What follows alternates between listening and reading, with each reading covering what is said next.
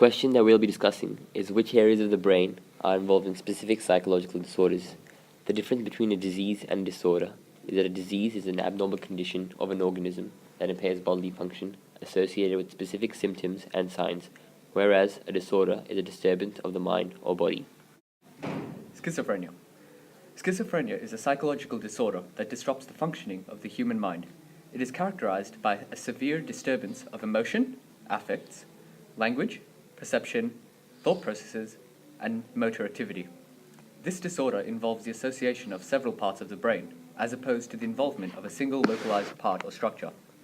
The disorder particularly afflicts 15 to 25-year-olds, most commonly, but is also present in people over the age of 40, affecting both sexes equally.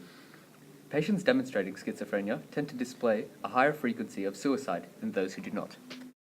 Currently, scientists are undecided about a definitive cause of schizophrenia. However, several theories do exist that explain the possible causations of this disorder. The dopamine hypothesis. Schizophrenia has been attributed to the excessive secretion of dopamine neurotransmitters from neurons in the brain, which cause fatty plaques developing amongst white matter, resulting in the disorder.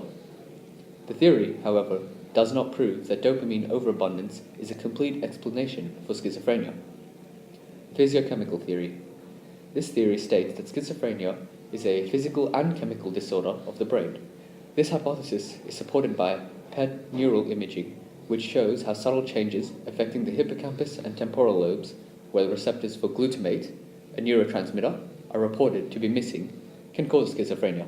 Symptoms in the area of the brain involved. Thinking impairments, which involve particular association of the frontal lobe of the brain. These symptoms include poverty of thinking, which is the decreased ability to synthesize ideas, indicating neuronal deficits of the prefrontal cortex, impaired planning abilities, which involve a decreased ability to plan ahead and consider hypothetical situations and future possibilities, and impaired communication, which results in the decreased ability to communicate as opposed to comprehend language, which involves deficits of the Broca's area of the frontal lobe. Emotional impairments, which include the involvement of the emotion center of the limbic system in the forebrain. These symptoms include the blunt affect, which is characterized by apparently apathetic expressions, wherein the patient is unable to demonstrate emotion, and the inappropriate affect, in which patients display inappropriate emotions during particular circumstances. Both of these symptoms may be attributed to the involvement of the hippocampus, located in the limbic system of the forebrain, which largely regulates the synthesis of emotions, and the prefrontal cortex of the frontal lobe, which coordinates and manifests these emotions. Perceptual impairments, characterized by hallucinations, which are disrupted perceptions resulting in experiences diverted from reality. These symptoms indicate the involvement of the sensory cortexes of the occipital, parietal, and temporal lobes. Visual hallucinations, where the patient reports seeing things. For example, a patient reports seeing insects crawling on their hands or seeing the face of someone they know. This symptom includes the involvement of the primary visual cortex of the occipital lobe in the back of the forebrain. Auditory hallucinations, where the patients report hearing things. For example, the patients report hearing or perceiving sounds that are coming from inside or outside of their own mind. They may also report hearing the voices talking to each other, or that these voices are telling the patient to do something. This form of hallucination includes the involvement of the primary auditory cortex in the temporal lobes. Somatic or tactile hallucinations, where the patients report feeling things.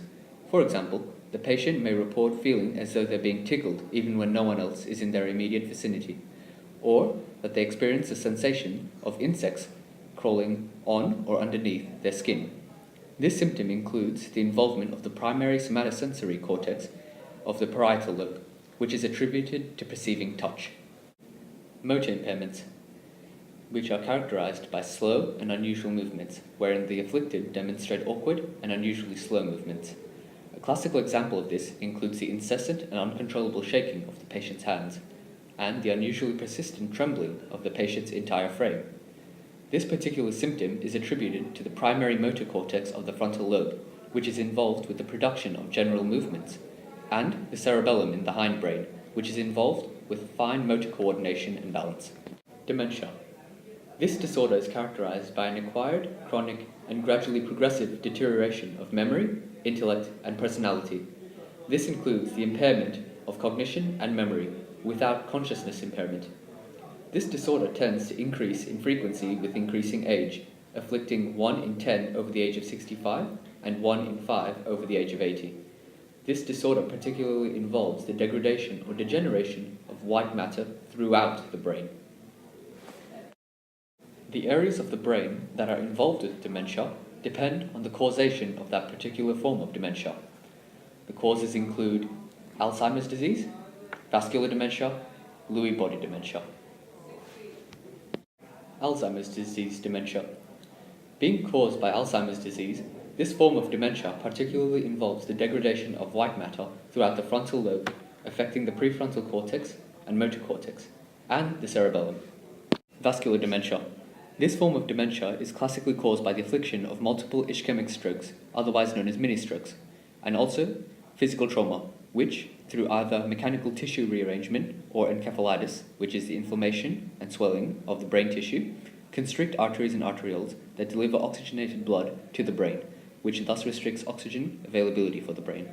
Reduced oxygen availability results in white matter atrophy or degradation, therefore resulting in dementia.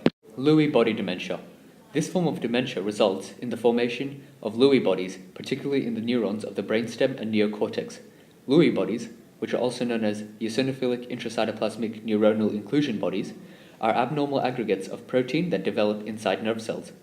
Unfortunately, these bodies may only be detected by autopsy, and so Lewy body dementia is difficult to diagnose while the patient is alive. OCD, or obsessive compulsive disorder, is a disorder where certain obsessions which intrude in a person's life, which the person reduces by performing repetitive acts called compulsions. Symptoms of obsession can include repeated unwanted ideas, aggressive impulses, fear of contamination, etc.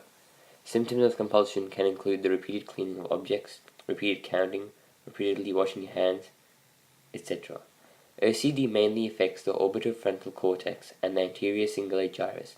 The relationship between these two parts of the brain and the basal ganglia are thought to be the causes of OCD. The orbitofrontal cortex is responsible for impulse control and is also hypothesized to be responsible for decision making. Through research, there have been findings that link the cingulate cortex with emotional response. On the basis of neuroimaging studies, INSEL believes that the hyperactivity in the orbitofrontal cortex via the ACG region of the brain is the cause for OCD. Treatments available for OCD include medication, therapies, and specialists. SSRI, or selective serotonin uptake inhibitor, is a medication which reduces depression and anxiety moods. Anxiolytic relieves anxiety and tension and could promote sleep. Antidepressants relieve depression and lift a person's mood.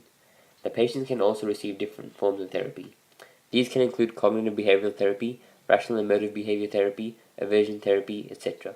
They can also visit a clinical psychologist who will treat the patient mainly with talk therapy or a psychiatrist who will give them medication.